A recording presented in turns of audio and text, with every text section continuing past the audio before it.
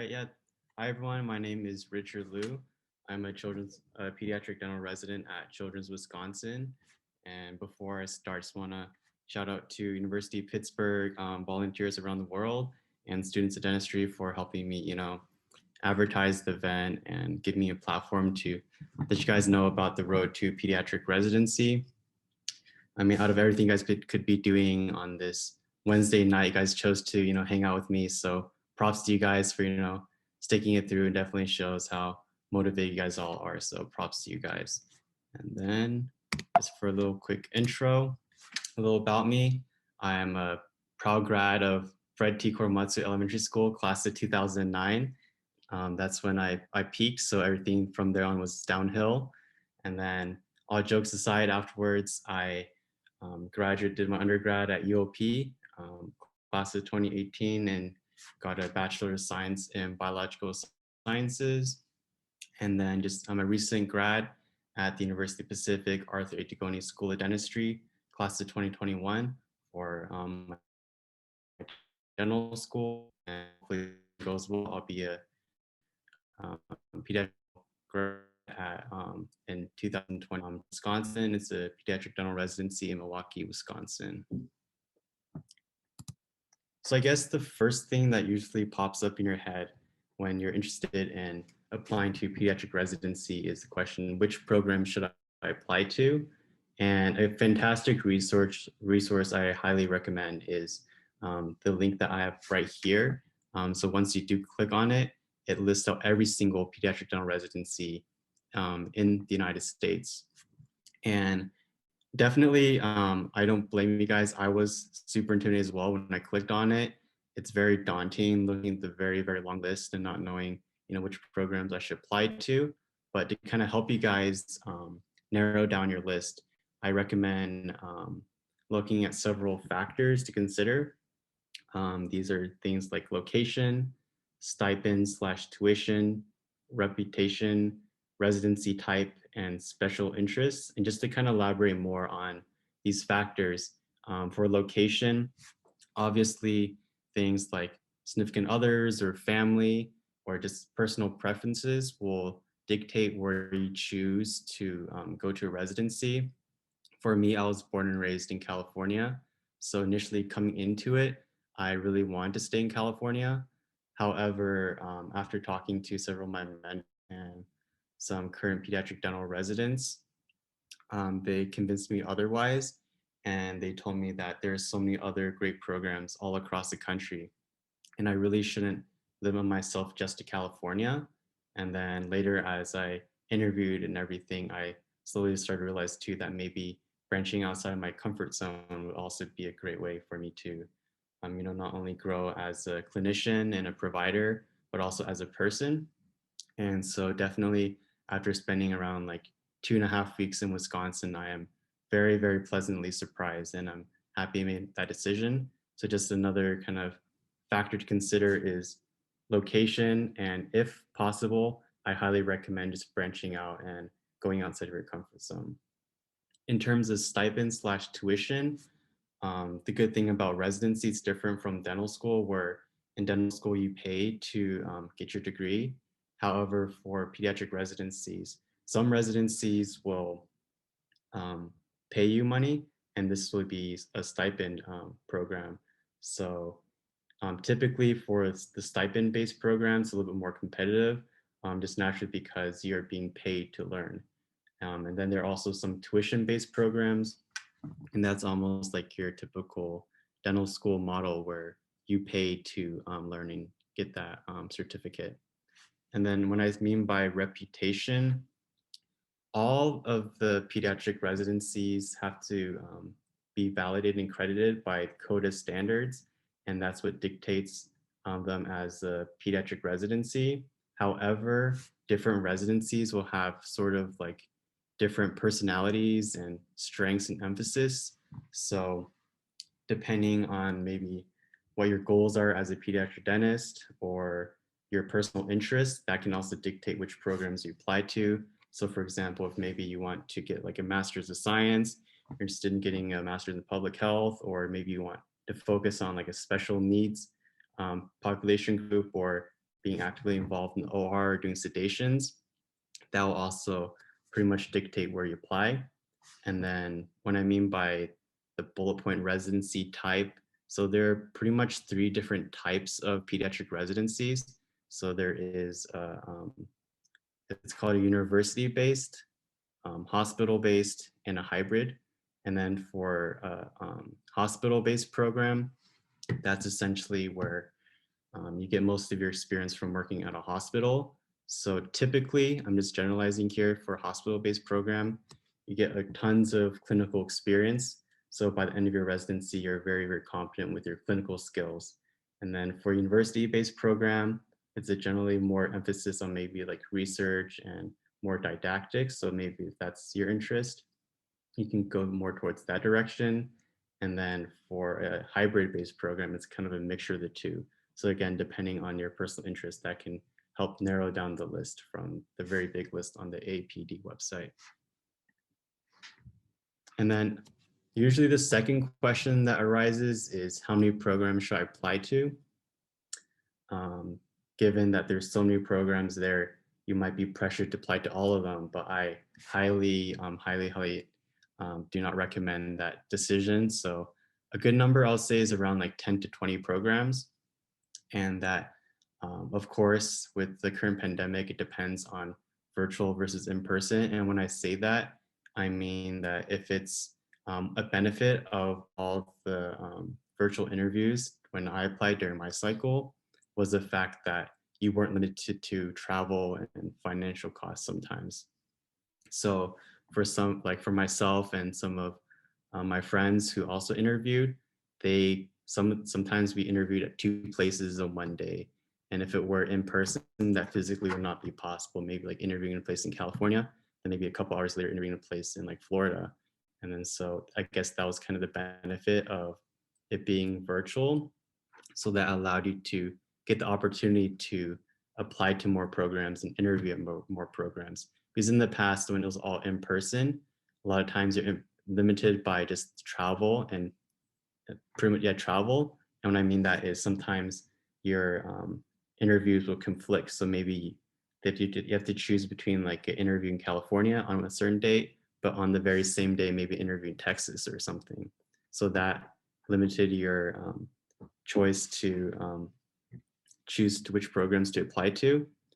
And one thing that I also would recommend is kind of going back to the different types of programs. I would recommend to apply to at least one school of every program type, like the hybrid, the the hospital-based program and university-based program. So you can kind of see for yourself once you interview there, like which one's like a best fit for you in terms of your own personal goals. And then also one thing that I should kind of recommend, this is kind of a side note, are externships. Um, in the past, a lot of externships were in person. So that's where you are physically there and you interact with the program directors, the residents, and some of the staff. And with COVID, now we have a lot of virtual externships. So with like the link that I have below, it's actually on the AAPD website, and it'll list out some of the programs that are having these virtual open houses and externships. So I very highly recommend doing that, because with externships, you kind of get a more closer look at the residencies, as a lot of times when you read the little blurb on the website, they all kind of sound the same. So I highly recommend actually interacting with the people and seeing maybe if you're a good fit. And if you do choose to go the route of doing an externship, one thing I do want to caution you is that everyone is really like pretty much looking at you. So all eyes are on you. So you can either screw it up or do really, really well and people will love you. So just make sure that you are being watched by people. So you make sure you're on your best behavior. So I highly recommend that. So when you apply, your application portal will look something like this. Kind of looks like dental school apps. So like personal information, academic history, support information, and program materials. And just to kind of break down the previous kind of image, under the section of personal information, what is in this is like your release statement, biographical information, and everything listed there. And I guess the main thing that I want to point out from all of this is for contact information to make sure that you list a phone number and email that you check very often, as this is the primary form of contact in which the programs will call you either for like an interview, or maybe if you're like missing a supplemental charge or deadlines or dates. So make sure you really put down something that you'll check very, very often. And then one thing that's also confused me a lot was the match system. So match is like a program that is separate from Idea Pass. So it's a separate service that you have to register for. And I can go more into maybe match later in a Q&A or something, but it's something originally set up by our medical colleagues, and it's what they did to match in different residencies. And it's kind of confusing, so I can try my best to explain to you guys how it works. And then next slide would be, so other parts would be like your academic history, supplemental information, and program materials. And the main points I like to point out from this would be under experiences. I'll recommend listing things like employment, extracurricular activities, like volunteer work, healthcare experiences, research, teaching experiences, dental experiences, whether it be paid or unpaid. And then under the achievements tab, I would write down any like awards, like scholarships, honors, presentations, or publications. And then for additional information, you can write things such as description of foreign language skills and capabilities, as that's very important with communicating with your patient pools. And then as well as highlighting maybe ability to working in a team setting based on several, extracurricular activities. And then of course for documents, that's where you put things like CV or resume, unofficial undergraduate transcripts, and make sure that if you did go to several colleges that you upload like all community college, undergraduate, and other college level coursework, as they want records of everything. And then under program materials, just make sure that not all schools have the same requirements. Some have like these supplemental essays or questions, just like how for dental school, some require like these little essays in particular just for that school. And then as a result, some schools also require like these supplemental payments that you submit directly to the program. And so I highly recommend going on to each individual residency webpage and looking for these specific requirements, and maybe like putting it on like an Excel sheet where you can keep organized. And I thought this was pretty interesting right here. This right here was the COVID-19 impact section. And essentially it was a place where you could kind of explain how the pandemic affected your experience in applying to pediatric residencies. So I thought this was very interesting, and I'm not sure if this will still apply. I'm sure it probably will be applicable to our current applicants this cycle.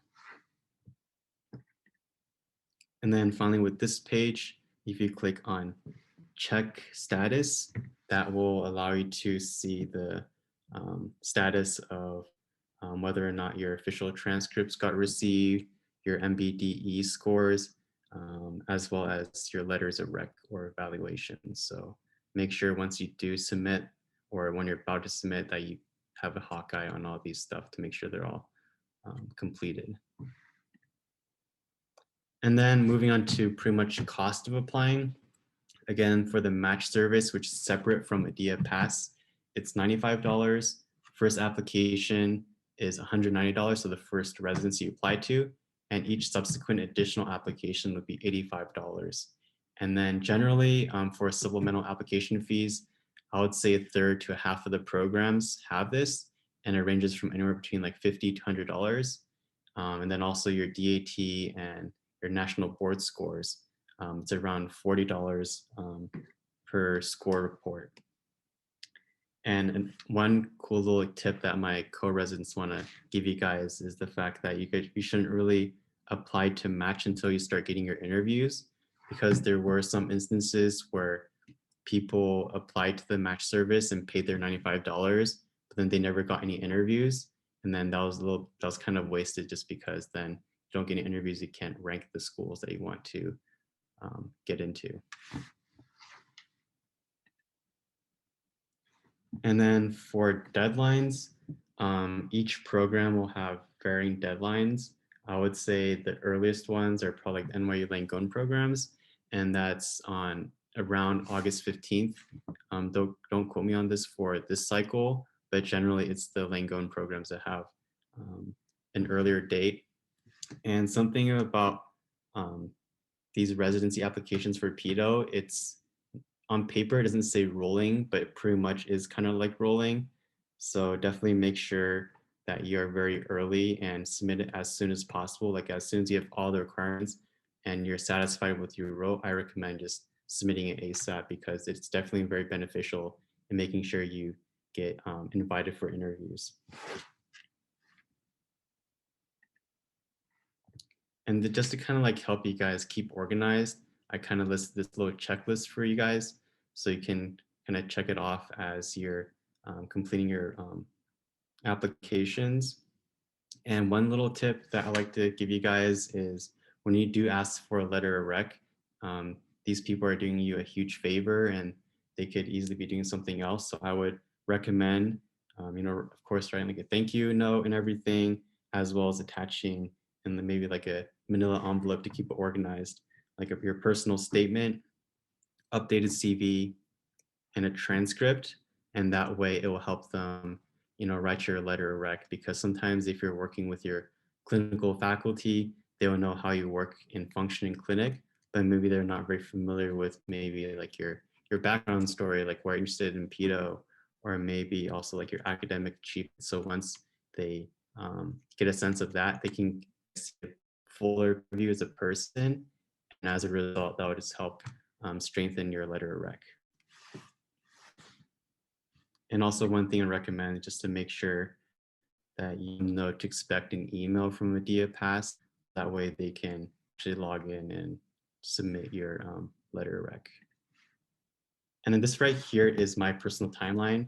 This is by all means not something that you should follow because I would say I probably submitted a little bit later than some applicants.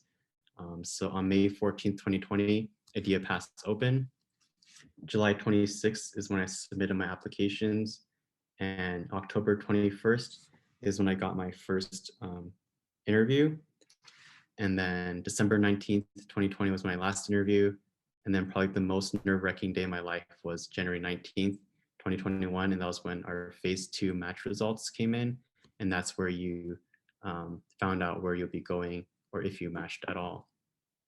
And one thing is I would recommend probably submitting your apps maybe early July, just because the reason why I submitted a little bit later is because COVID pushed back our quarter. So I had to wait a little bit longer for me to get my transcripts in. That would kind of cause the whole mess. So ideally, my goal initially was to probably submit it like July 1st. And that's pretty much it in terms of like a basic overview of like the applications. Like I don't want to overwhelm you guys too much with all the information, like, like interview tips or things like that, but I'm open book and, the floor is open if you have any questions or whatever. So yeah, feel free to ask away. Okay, I believe there were some questions in the chat, so we can look at those first. There was one that asked, is it okay to be involved in a non-pediatric dental research project, or is pediatric research preferred? That's a really good question. Personally, for me, I didn't really do research. However, I was involved in a good amount of pediatric related clubs. Like I was part of our pediatric study club in dental school, as well as like a special study club. It was called like the Pediatric Obstructive Sleep Apnea Study Club. And pretty much for that, it just, I guess, it proved to residencies that I had a sustained interest in pediatrics. But kind of answering your question, I don't think it's necessary to do research that's PEDS related. Just the fact of doing research really shows, you're interested in sciences and you're a curious person. So I don't think it would be a negative thing. In fact, just doing research in general, I think it's a very good thing. But if possible, I think doing pediatric related things will show improve the residencies that you have a specific interest in pediatrics. But I don't think you have to necessarily do pediatric related things. So you can definitely do maybe like ASDA or leadership things like that. Like I was involved in like our Chinese American Student Dental Association. So I don't think it's absolutely vital to do everything pedo related, just to kind of show more of your personality and other interests as well. So All right, awesome. So we had another question in the chat that asked, how heavy are undergraduate grades emphasized when applying to residencies? so for undergrad grades, I included it in my resume, but really I don't think it's very emphasized at all. Main thing is just dental school, because the fact, I guess, that you got in dental school proves to them that you are competent and you can keep up with their coursework. But then I think with how well you perform in dental school, that's the ultimate I guess gauge of how they'll know you'll survive in like a pediatric residency. So it's like one of those things, like if you had a very bad like um, grades and GPA in undergrad, we did fantastic in dental school. I really don't think your bad grades would tarnish maybe like your image yourself or affect you in a bad way. So I think mostly it's just due to how well you perform in dental school. One thing that my advisor pretty much explained to me is that with a lot of specialty applications, they essentially like filter your GPA, and that kind of like filters all the applications. So they have probably thousands of applications, and realistically, it's impossible for them to sift through all of them. And then so what they do is they maybe have like a GPA. I'm just making up this number, maybe like 3.3. Anything below 3.3, they'll probably put in a separate pile. Everything 3.3 above, they'll probably maybe look a little closer. They kind of do that just to make sure it's more manageable for them to kind of sift through it. But just because you don't have a certain GPA won't mean your chances are complete out the door. But generally, making sure your GPA is really good, especially in dental school. So, yeah. Okay, thank you. Our next question is, what made you choose pediatric dentistry? That's a good question. I feel like I'm interviewing again, but for me, like my journey started when I was really young. I feel it's kind of atypical. Um, when I was both of my parents were immigrants from China, and so growing up, dental care really wasn't emphasized to them. And so as a result, when they immigrated here, they didn't really know how to take care of me and like what foods to avoid and how to brush my teeth and what things to look for and when to have a dental home. And then so as a result, I had a lot of cavities. And then so I got to know my pediatric dentist growing up very, very well. And then I realized when I was a kid that like my pediatric dentist really didn't have any judgment. He didn't ever ridicule my parents for, not maybe taking care of the best of my teeth, but he was very, very nice and very friendly, very encouraging. And then my mom still tells me the story. Like when I was 5, I told her like, "Oh, mom, when I grow up, I want to be just like Dr. Monlaris." And Dr. Monlaris is my pediatric dentist. At the time, my mom didn't give it much thought. It's like one of those things where little boys tell their parents, "I want to be like a astronaut or a firefighter or something." But I just stuck with it, and ever since, I still keep in contact with Dr. Monlaris to this day and kind of tell him about his influence. So that's pretty much what started it all. Okay, thank you for that. Our next question from the chat is, when do you recommend starting externships in dental school? When do you recommend starting externships? So for me, I went to a 3-year dental school. And then so I originally was planning on doing an externship, but COVID hit, and then that definitely, complicated things. So I never really did an externship. But now that everything's much more open, I highly recommend doing one, whether it be like one of those virtual open houses or virtual externship. So I guess if you're in a 4-year dental school, I'll say maybe during the summers of maybe like your second or third years would be recommended before you start applying. And then just kind of keep in mind that with these externships that it's a kind of a make or break situation. So make sure you're definitely on your best behavior, but also it's a way of you kind of really evaluating, seeing if this program fits you. Maybe you don't like really vibe with the people, or maybe you're not really feel like their mission statements aligns with what you believe and what you want to be as a pediatric dentist. So kind of answer your question, definitely during the summer times when you aren't really busy with dental school, or maybe when those longer breaks, but just make sure it works with their schedule as well. All right, our next question in the chat, we have two that kind of go together. So if your dental school is pass fail, does that put you at a disadvantage? And then if your dental school does use a GPA, what rank should you aim for? So this question's always very complicated. I personally can't speak on pass fail because my dental school was ranked. But I do know, I'm just making assumptions for pass fail, that sometimes if it's only pass fail, you can't really, it's kind of hard comparing yourself maybe from like other applicants. So then I'm assuming that definitely being heavily involved in extracurricular activities will distinguish yourself from maybe the rest of the group. But as for speaking for like the ranked programs, I really don't like giving solid numbers for like what rank you should aim for, just because people who get in pediatric residencies can range from either top of the class or maybe the bottom of the class. And that definitely depends on your applications and your like your own CV and your experiences. But I'll say probably maybe like top 50% of your class, just to be safe. Of course, anything from that, the better is the better. But of course, if you don't even make the top 50, don't be encouraged at all, discouraged at all from applying to pediatric residency, as each person's very different and their applications will speak to different residencies, you know, in different lights. So in terms of GPA, I think my mentor would give me a rough estimate of around, if you're 3.3 and above, then that's makes you safe. And of course, anything above that, it just makes you a stronger candidate. So that's pretty much it. But definitely with this, like, I don't want you guys to be too focused on numbers.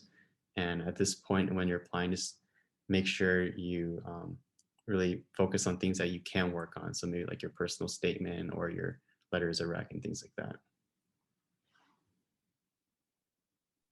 All right, thank you so much. We're gonna move ahead towards after getting into residency, but the next question is gonna be, what is it like transitioning from dental school to residency? For example, like, do you get more clinical experience in residency, or is it basically the same amount of like schoolwork? So for me, I've been having my orientation for like the past 2.5 weeks. So I don't start my residency until actually tomorrow is my first day. So it'll be super excited. I'm very pumped for it. I'll be in the OR, and pretty much for the difference, that's one thing that I really asked the current like first and second year residents. Like I was pretty nervous. I'm like, hey, like how does like dental school stack up against like residency? And one thing they told me is, I guess the good thing is you don't really have to study like in dental school, because residency is almost like a job. So you're working as like a pediatric dentist and working and treating the kids there. So especially for like a clinical based, like a hospital based program, it's like much less studying and more of just learning from doing. And then so definitely your workload is much different, because in dental school, usually my schedule will be like one patient in the morning, one patient in the afternoon. And if I do have a night clinic, then probably a patient during night clinic. So probably at most maybe like 3 patients in one day. But then depending on like your residency, you're treating from anywhere from like 6 to 8 patients a day. So definitely you treat way more patients, and depending on residency too, you might have like an assistant helping as well. So that's like kind of the difference in terms of like your work, more patients, and of course like focus to pediatrics. And there'd be of course like rotations you do OR rotations, you shadow like different medical specialties like heme onc or things like that. So so it is pretty different from like dental school. So yeah, hopefully that answered their question. Thank you. I have a quick follow-up to that question. So are you scheduling for your residency, or is that usually scheduled by like the head of the department is the first part. And then the second part is how amicable is residency towards potentially having a family or just life, I guess is a good question. Yeah, I think that's a really good question, definitely relating to like work-life balance. So one thing that surprised me was in dental school, I was, used to like working like a slave. Like I'll be the one making the appointments, reminding my patients to, show up and everything, and then doing everything like pouring up my own impressions and things like that. But then once you're in your pediatric residency, um, usually it's like a front desk scheduling all for you, so you don't have to worry about finding the time, and they work things out. So pretty much your job, I see her super happy just listening to that, just pretty much just worrying about focusing on patients and making sure prepared for each appointment and giving them the best care. And then in regards to your question about like work-life balance and a family, definitely it's very, very doable. I would say that I have one co-resident. He's a second year now, and he has like a kid, and another one has 3 kids.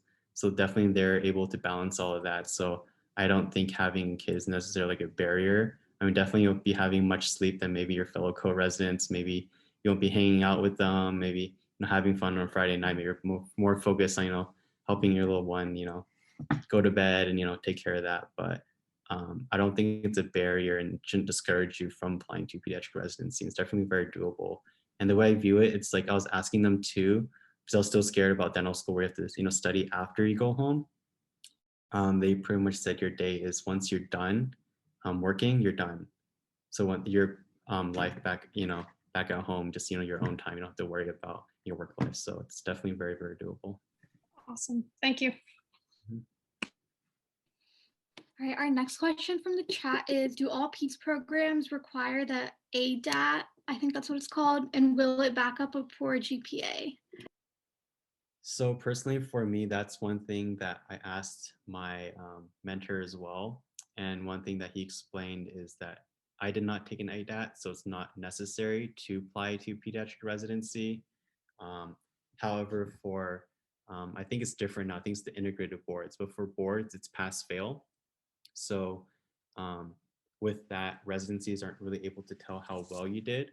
But then for ADAT, you get like a specific score. So definitely like what they mentioned is that if you do have maybe like a weaker GPA, that's your chance to prove to residencies that maybe it was just like a small hiccup and that it was kind of hard recovering from it. But you are, you can do well if, given the circumstance and everything. So once again, an ADAT's not recommended, but if you feel like it can benefit your application due to like your low GPA, then I recommend taking it. Okay, thank you. Our next question is applying to residency more competitive than applying to dental school? So like with any like specialty, it's definitely way more competitive than with dental schools, given that it's like a lot of times when you get accepted in dental school, you're surrounded by a lot of your other peers who are just as motivated and hardworking as you are. But then with now there's like so many talented people in one group, I guess that's why they kind of use ranking a little bit, just kind of see how we perform in comparison to other peers. So then that's why sometimes people are worried about ranking. But again, like I said, you shouldn't base like your decision to apply purely based off of your grades, because you're so much more than just the grades, given like your experiences. Maybe you have a bunch of like experience working with kids, or maybe teaching kids, or being a teacher. So definitely don't let that limit yourself. Okay, awesome. So we have another question, and it asks, what are the aspects of dentistry that pediatric dentists are certified to do that general dentists may not be? Something about general dentist that I thought was cool that I learned in dental school was you're able to do everything. However, you are scrutinized at the level of a specialist. So you can do any endos, you can do surgery, you can do pedo. However, if there's some sort of litigation, you get sued, then the jury will look at your level in comparison to the level of a specialist.